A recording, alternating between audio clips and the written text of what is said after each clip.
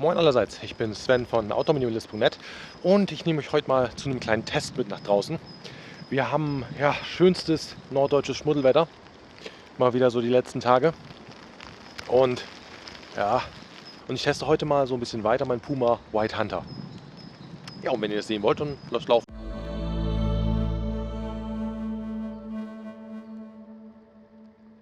Ich mache es oft, dass ich meine Ausrüstung so in kleinen Minitouren, sag ich mal, teste. Minitouren insofern, als dass ich wirklich nur so ein paar Stunden draußen bin und die Sachen explizit einmal für die Zwecke teste, wofür ich sie hole.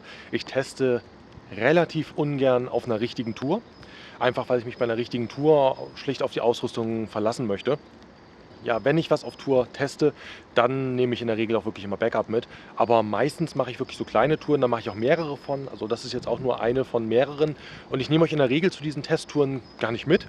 Aber ich dachte, vielleicht interessiert euch das einfach mal, das White Hunter auch so ein bisschen mit mir gemeinsam zu testen. Es ist kein Review. Es ist auch keine Empfehlung. Dafür habe ich das schlicht nicht lange genug, dass ich das irgendwie empfehlen könnte. Das ist wirklich einfach mal so ein gemeinsames Austesten und Schauen.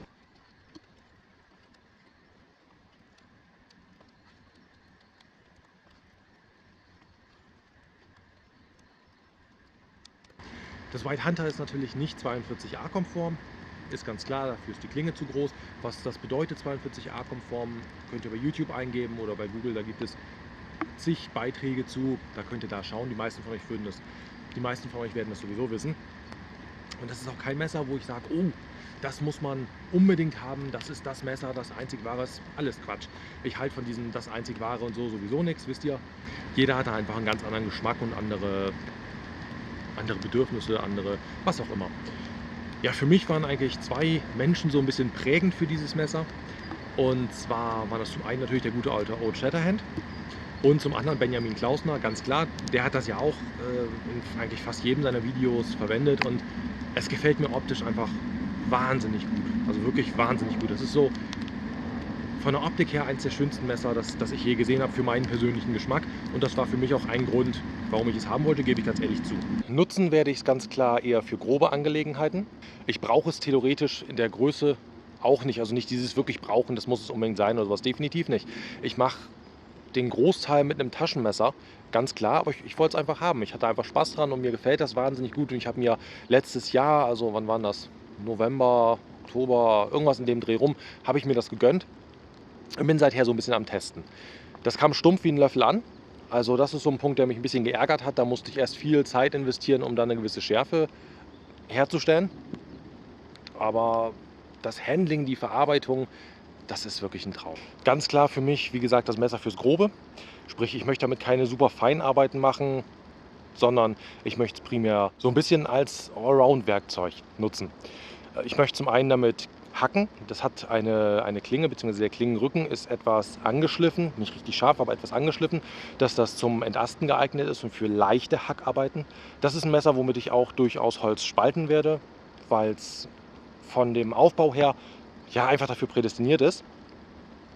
Und natürlich auch für einfache Schnitzarbeiten, eben einen Hering fertig machen und so weiter und so fort. Keine Kunstwerke oder sowas, dafür nehme ich feinere Messer, aber für so die Schnitzarbeiten des täglichen Gebrauchs, sage ich jetzt einfach mal, reicht es definitiv aus. Und das geht eben auch mit dieser etwas größeren Klinge wunderbar. Also ich habe selten ein Messer gehabt, das so angenehm in der Hand liegt. Also es passt perfekt in meine Hand und mit der sich so schön arbeiten lässt vom Gefühl her einfach so.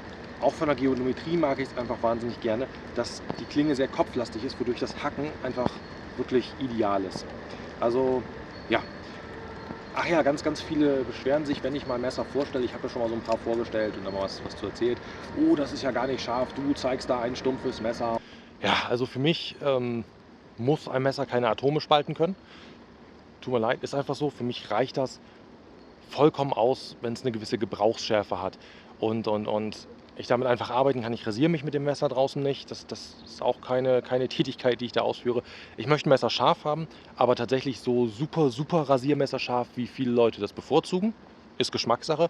Brauche ich es aber persönlich nicht, weil, wie gesagt, für ganz feine Sachen nehme ich nicht ein Messer von der Größe. Da nehme ich mein Taschenmesser und das hat nochmal eine ganz andere Schärfe und Klingendicke, womit wieder ganz andere Sachen möglich sind. Aber wie gesagt, das ist Geschmackssache. Man kann das Messer sicherlich auch problemlos auf Rasiermesserschärfe bringen, wenn man das möchte und die Zeit investieren möchte. Ich brauche es nicht. Stumpf ist es deswegen in meinen Augen trotzdem nicht, aber egal.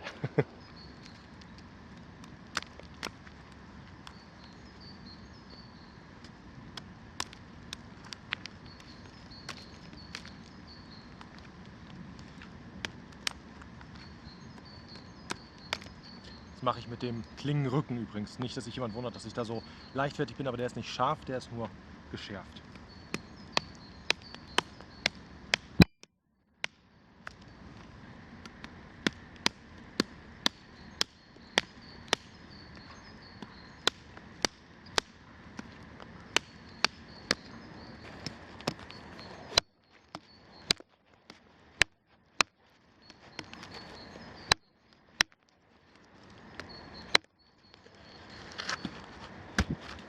Ja, also ich denke, da bleiben keine Fragen offen.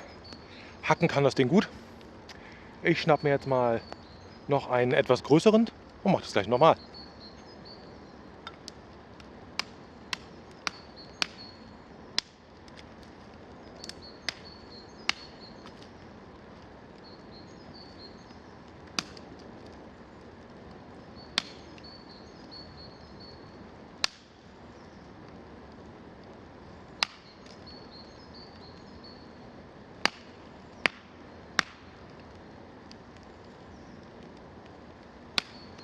Und ihr mal seht, was für eine Dicke das Ganze hat. Ja. Ja, also ich würde sagen, das reicht definitiv aus. Wenn ich das damit hacken kann, bin ich zufrieden. Das nächste, was ich mit einem Messer natürlich sehr, sehr oft mache, ist mir Heringe schnitzen. Ich besitze keine normalen Heringe, beziehungsweise irgendwo in den Tiefen habe ich, glaube ich, noch so ein paar dieser, ja, ich sag mal, eckigen Heringe, ihr wisst, glaube ich, welche ich meine. Aber ich nehme eigentlich nie welche mit, weil ich mir immer was schnitze. Hier unten ist natürlich eine Fangriemenöse drin. Das heißt, ich könnte mir da auch noch mal so ein kleines Lederbändchen durchgeben, um das einfach noch mal in der Hand zu fixieren. Ich habe hier tatsächlich so ein gutes Gefühl und so ein festes Gefühl in der Hand, dass ich das bisher noch nicht gemacht habe. Ich denke, das werde ich noch mal machen. Aber einfach noch mal so ein bisschen.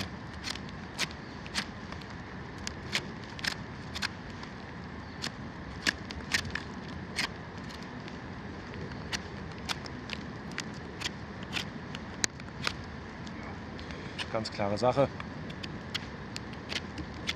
Ich wäre auch arg enttäuscht gewesen, wenn das nicht geht. Also bei vielen Sachen ist ja irgendwo schon klar, dass es das Messer kann.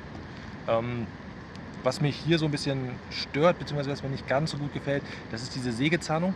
Hätte ich darauf verzichten können. Ich könnte mir jetzt natürlich überlegen, ob ich mir das wegschleife, aber da tue ich mich so ein bisschen schwer mit. Mag ich nicht ganz so gerne.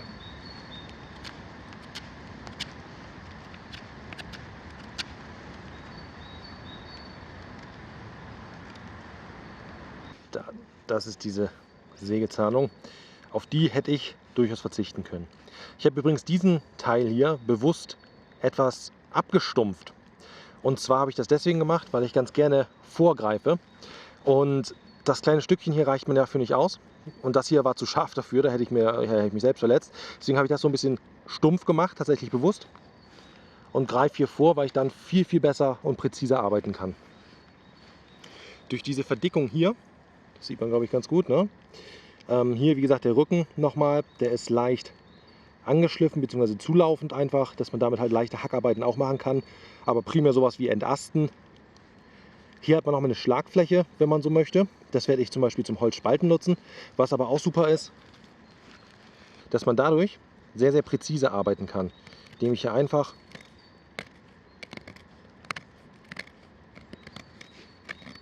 den Daumen drauf packe und mir dann wirklich feine Sachen runterhole.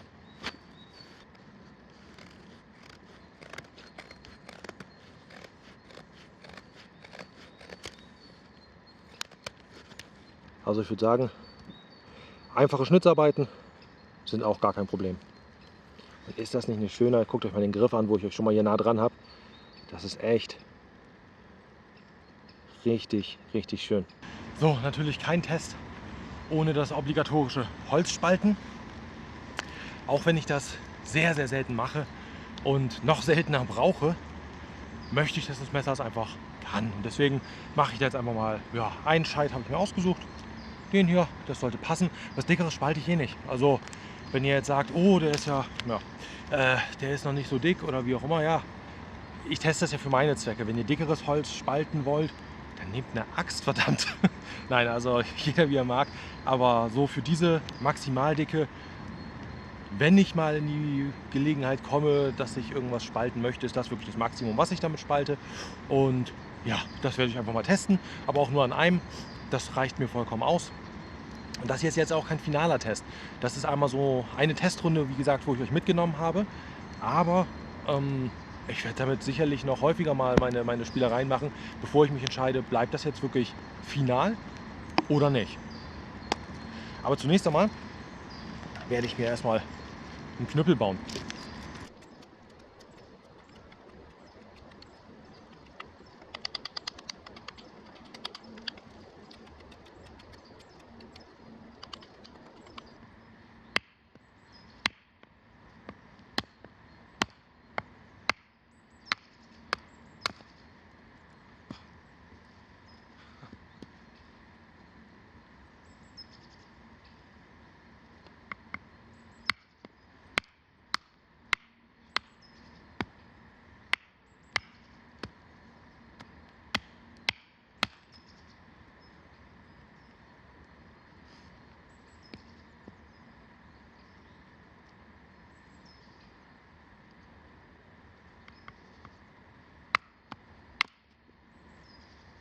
Ja, also auch das war erwartungsgemäß gar kein Problem.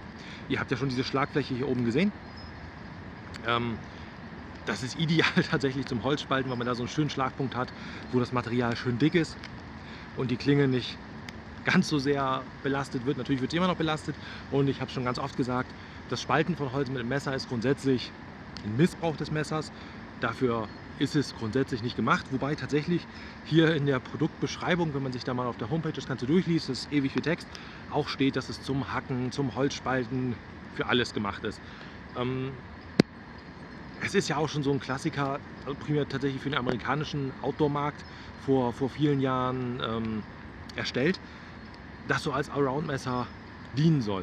Und bisher, also wie gesagt, das ist noch kein Finale, es ist auch keine Empfehlung und nichts, bisher bin ich echt zufrieden damit, muss ich ganz ehrlich sagen.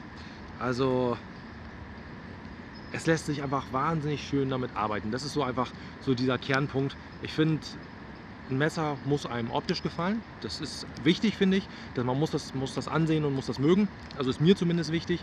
Aber natürlich wichtiger, als dass es funktioniert. Das ist bedeutend wichtiger als die Optik. Beides muss irgendwo, man muss da so irgendwo seinen Mittelweg finden. Und hier habe ich tatsächlich was, wo für mich beides passt. Und wo ich mir ziemlich sicher bin, dass das ja mein Messer wird. Also ich suche da schon sehr lange nach und habe ja auch schon diverse ausgetestet.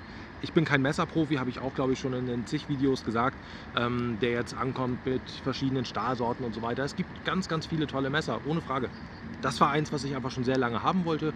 So, was ich gleich abschließend nochmal mache, das ist einfach nochmal kurz, dass ich ein Stück von dem gespaltenen Holz nehme und ich werde nochmal so ein paar ganz feine Streifen runterholen und nochmal gucken, ob der Klingenrücken scharf genug ist, dass ich damit so ein bisschen eben Holz runterholen kann, um damit ein Feuer zu entzünden. Ich habe heute keinen Feuerstahl dabei. Das ist bei dem aktuellen Wetter auch echt, ja, echt witzlos. Das werde ich jetzt gar nicht erst versuchen. Das mache ich in irgendeinem anderen Test oder bei irgendeiner Tour, weil bei dem Messer weiß ich auf jeden Fall, klar, das kommt immer mit auf Tour. Da kann ich mich drauf verlassen. Und wie eingangs gesagt, ist das ja auch ein Ding des Habenwollens. Brauchen tue ich es in 9 von 10 Fällen nicht. Ist einfach so. Sondern da nutze ich mein Taschenmesser und gut ist. Aber man muss ja nicht nur Sachen haben, die man unbedingt braucht. Manchmal hat man auch einfach Spaß an Sachen. Den Test werde ich abschließend nochmal machen. Und dann werde ich hier nochmal so ein bisschen durch den Wald stromern.